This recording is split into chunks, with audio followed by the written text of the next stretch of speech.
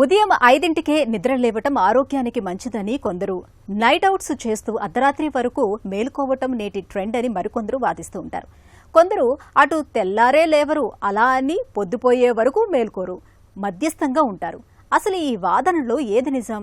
బ్రహ్మీ ముహూర్తంలో లేవటం వరమా, రాత్రంతా మేలుకోవటం శాపమా? మన శరీరంలో బయోలాజికల్ క్లాక్ ఎలా పనిచేస్తుంది? ఆసక్తికరమైన ఈ వివరాల గురించి ఇప్పుడు తెలుసుకుందాం. తెల్లవారు లేవడం మంచి అలవాటు, జ్ఞాపకానికి మంచిది, జీవితంలో ముందుకెళ్ళడానికి, జీవితంలో మెట్లు వేయడానికి ఆరోగ్యకరం, శుభం కూడా చెప్తారు. ఇది ఒక రేచల్ గేర్ అని ఒక ఆమె దానికి ఒక మంచి విశ్లేషణ తీసుకొచ్చారు.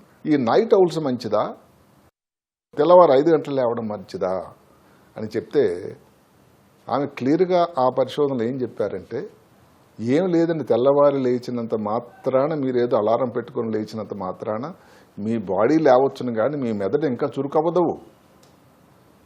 రాత్రి 12 కూడా ఎంతో సృజనాత్మక ఉండే వాళ్ళు ఉన్నారు.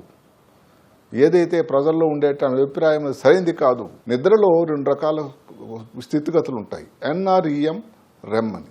వేరొక మాట చెప్తా, ఎన్ఆర్ఈఎం అని నాన్ ర్యాపిడ్ ఐ మూమెంట్, అలాగేదో అంత పెద్ద గొప్పగా నిద్ర పట్టని కడత నిద్ర లాంటిది. ఈ రెమ్ స్లీప్ అన్నది గాఢ నిద్ర. ఎప్పుడు చాలామందికి వేకుజామున తెల్లవారు వచ్చే టైంలో బాగా నిద్ర పట్టిందో అంటారు లేచిన తర్వాత.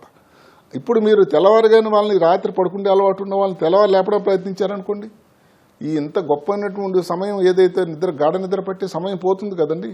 అసలు ఏదైతే ఉందో బ్రెయిన్కి రెస్ట్ కానీ, బ్రెయిన్లో క్రియాశీలకత ఏదైతే ముందు నెక్స్ట్ రోజుకి ముందు అన్ని దానికి నాందీ ప్రస్తావన జరిగే సమయం అంటే ఆ సమయం.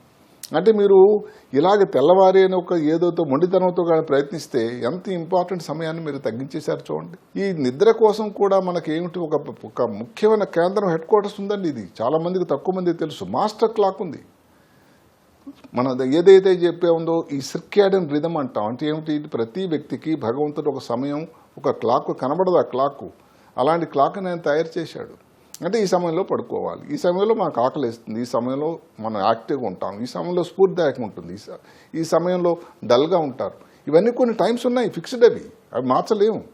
ఈ హెడ్ క్వార్టర్స్ ఏదైతే ఉందో మాస్టర్ క్లాక్ అన్నది ప్రీ కైస్మాటిక్ న్యూక్లియస్ అని ఒకటి ఉంటుంది హైపోథాలమస్లో, అక్కడ ఉంటుంది అందరికీ. దీనికి ఏదైతే ఉందో వెలుతురు కానీ చీకటి కానీ దానికి స్ఫూర్తిదాయకాలు, దానికి స్టిమ్యులేట్ చేయడానికి ఉంటుంది. ఈ మాస్టర్ క్లాక్ కొన్ని ట్రిలియన్స్, అంటే ఎన్నో తెలియనంత నంబర్ ఉండేటువంటి చిన్న చిన్న క్లాక్స్ ఉంటాయట. అవి అక్కడ లివర్లో కానీ, హార్ట్లో కానీ, వీటిలో ప్యాంక్రియాస్లో కానీ ఉంటాయి. అంటే అక్కడ నుంచి సమాచారం, అక్కడ నుంచి కంట్రోల్ పూర్తిగా ఈ క్లాక్స్లో. అంటే ఏదైతే ఉందో ఈ మాస్టర్ క్లాకు, ఈ మైనర్ క్లాక్స్, చిన్న క్లాక్ గడియారాల్లో ఉండేటువంటి సంవిధానం ఏదైతే ఉందో వాళ్ళన్నిటికీ ఇంపార్టెంట్ ఇబ్బంది లేకుండా దానికి జరుగుతూ ఉంటేనే జీవితం సక్రమంగా సాఫీగా జరుగుతుంది.